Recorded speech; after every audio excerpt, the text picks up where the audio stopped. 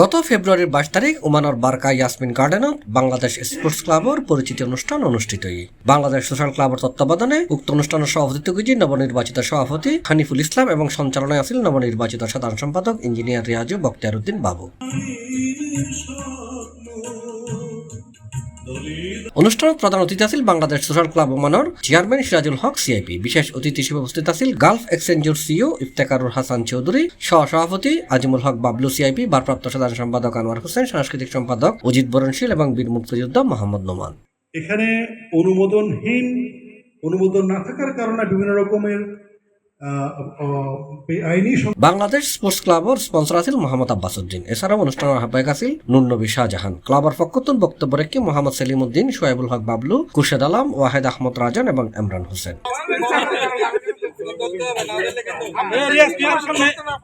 এই অনুষ্ঠানে ওমানত বসবাসরত বাংলাদেশি কমিটির সদস্য অংশগ্রহণ করছে এবং খেলাধুলার উন্নয়নে ভবিষ্যৎ পরিকল্পনা লইয়ে আলোচনা করছে। আয়োজকের মতে বাংলাদেশ স্পোর্টস ক্লাবের উদ্যোগে আয়োজিত এই অনুষ্ঠান প্রবাসী বাংলাদেশিদের মধ্যে বন্ধন আরো দৃঢ় করিবার গুরুত্বপূর্ণ ভূমিকা রাখিব। প্রবাসী বাংলাদেশের মধ্যে খেলাধুলার প্রসার এবং ঐক্য আরো সুদৃঢ় করতে এই ধরনের উদ্যোগ গুরুত্বপূর্ণ ভূমিকা রাখিব বলে মনে করেন সংশ্লিষ্ট হলে। পরে আগত তৃতীয় দল স্পোর্টস ক্লাবের সদস্য লল্লায় ফুটবল, ব্যাডমিন্টন খেলার শুভ সূচনা করে। মেকিং এর জন্য আমাদেরকে এগিয়ে নেওয়ার ভূমিকা রাখার পরামর্শ দেওয়ার জন্য আমরা চাই কোনো ধরাধরি না, আমরা প্রতিযোগিতা চাই, আমরা প্রতিদ্বন্দ্বিতা চাই, সেটা খেলার মাঠে, অন্য কোনো না, কোনো কুসংস্কার, কোনো আবিষ্কার, তিরস্কার, ওটাতে আমরা বিশ্বাসী না। মিনিস্ট্রির সাথে যে আমাদের একটা সম্পর্ক, এই সম্পর্কটা আরো ব্যাপক হয়েছে, আরো কাছে গেছিলাম। এটার ফলশ্রুতিতে বর্তমানে আমরা যেটা ওনাদের থেকে পেয়েছি, যে জিনিসটা ওরা আমাদের কার্যকলাপের উপর খুশি হয়ে, যে ক্লাবেরও এখানে একটা গ্রেড থাকে, ক্লাবেরও ওদের একটা হিসাব থাকে। আমরা এখন এক রেটে মানে একদম উপরে চলে আসছি।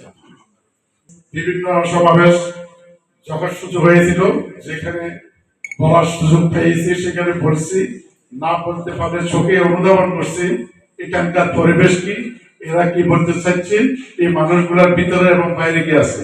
বাংলাদেশ সোশ্যাল ক্লাবের অধীনস্থ যতগুলা খেলাধুলার প্রোগ্রাম হয়, আমরা ওখানে পার্টিসিপেট করার জন্যই আমাদের মূলত এই সংগঠনটা।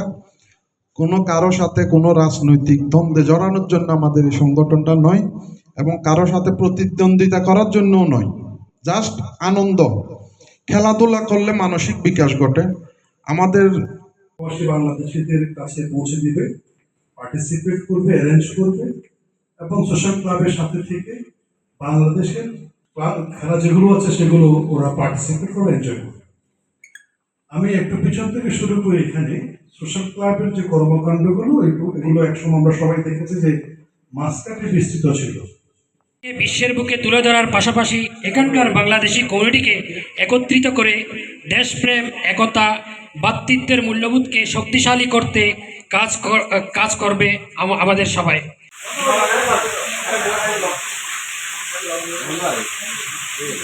C+ TV, Chittagong.